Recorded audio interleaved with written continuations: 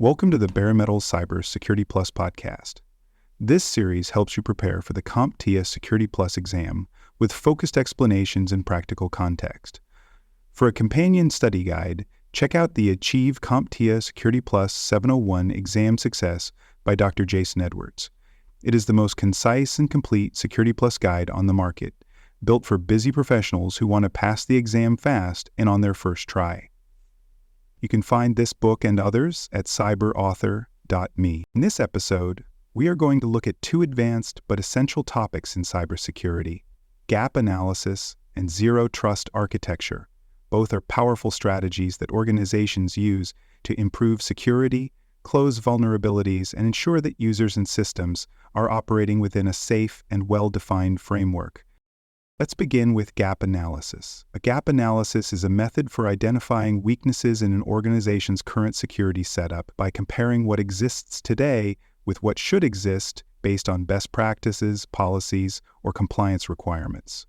In simple terms, it helps organizations answer the question, where are we falling short?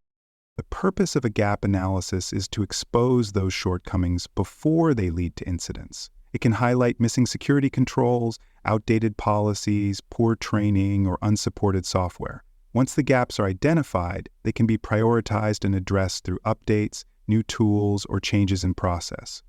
Without gap analysis, organizations might continue to operate with blind spots, making them more vulnerable to threats. The methodology behind gap analysis begins with a current state assessment. This step examines how systems, controls, and policies are actually functioning at the present moment. This is followed by defining the desired state, which may be based on an industry standard, like the National Institute of Standards and Technology's cybersecurity framework, internal policies, or regulatory requirements such as the Health Insurance Portability and Accountability Act. Once the current and desired states are documented, the gaps between them are identified and analyzed. These gaps may be technical, like the lack of encryption on sensitive files, or procedural, like the absence of an incident response plan.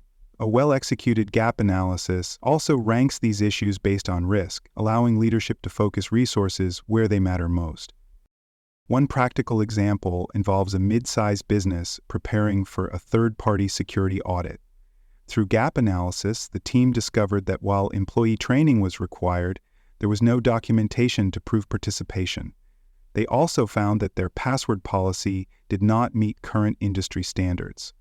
By addressing these issues before the audit, they passed successfully and reduced their risk of future security incidents. This is a simple illustration of how gap analysis can lead to concrete improvements. Now let's turn to zero trust architecture. This approach has become a major shift in how organizations think about cybersecurity. The core idea behind zero trust is simple: never trust, always verify. Instead of assuming that users or systems inside the network are safe, zero trust requires continuous validation of every request, no matter where it comes from. One of the key benefits of zero trust is that it helps reduce the risk of insider threats, lateral movement, and account compromise. Traditional network models often assume that if someone is inside the firewall, they can be trusted. Zero trust turns that model upside down by treating every access request as potentially malicious until proven otherwise.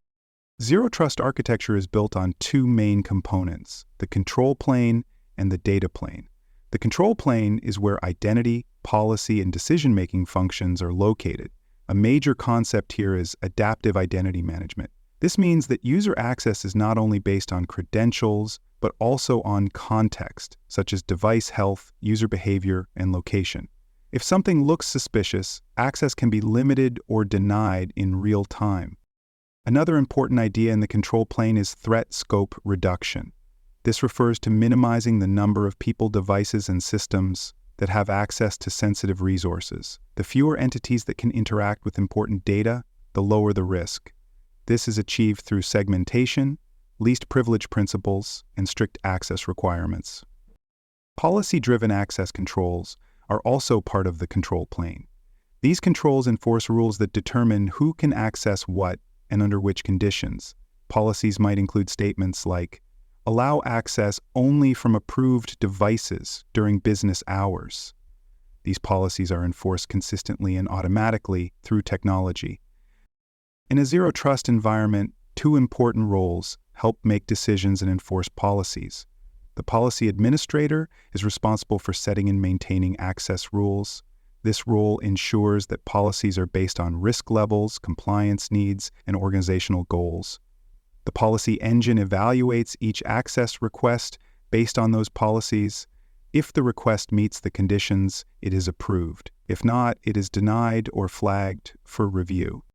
Now let's move to the data plane. This is where actual access to resources happens. One principle of zero trust in the data plane is the elimination of implicit trust zones. In traditional networks, certain zones, like internal subnets, are often considered safe by default. In zero trust, no such assumptions exist. Every access request must be verified even if the user is already inside the network perimeter. Another aspect of the data plane is subject and system management. This involves tracking the behavior and characteristics of both users and devices. If a user logs in from an unusual location or a system behaves oddly, that behavior might trigger additional verification or temporary restrictions. By actively monitoring both subjects and systems, organizations can respond more quickly to potential threats. The policy enforcement point is the final part of the zero trust data plane. This is the technical system that actually allows or blocks access based on decisions from the policy engine. It could be a firewall, a cloud gateway, or even an application layer filter. What matters is that the enforcement point follows rules automatically and consistently without relying on manual judgment in the moment. For the Security Plus exam, expect questions that ask you to apply both gap analysis and zero trust concepts. You should be able to define a gap analysis, describe how it works, and recognize how it helps organizations improve security. You should also be comfortable with zero trust principles and the structure of its control and data planes. Focus on terms like policy engine, implicit trust, and adaptive identity management. And remember, zero trust is not a single product, it is a framework built on continuous verification and strict access enforcement. Thanks for joining us for this episode of the Bare Metal Cybersecurity Plus podcast. For more episodes, tools, and study support, visit us at baremetalcyber.com. And before you take the test, make sure to check out the practice questions in the book Achieve CompTIA Security Plus SY0-701 Exam Success by Dr. Jason Edwards. They cover every domain and are a powerful way to lock in your knowledge.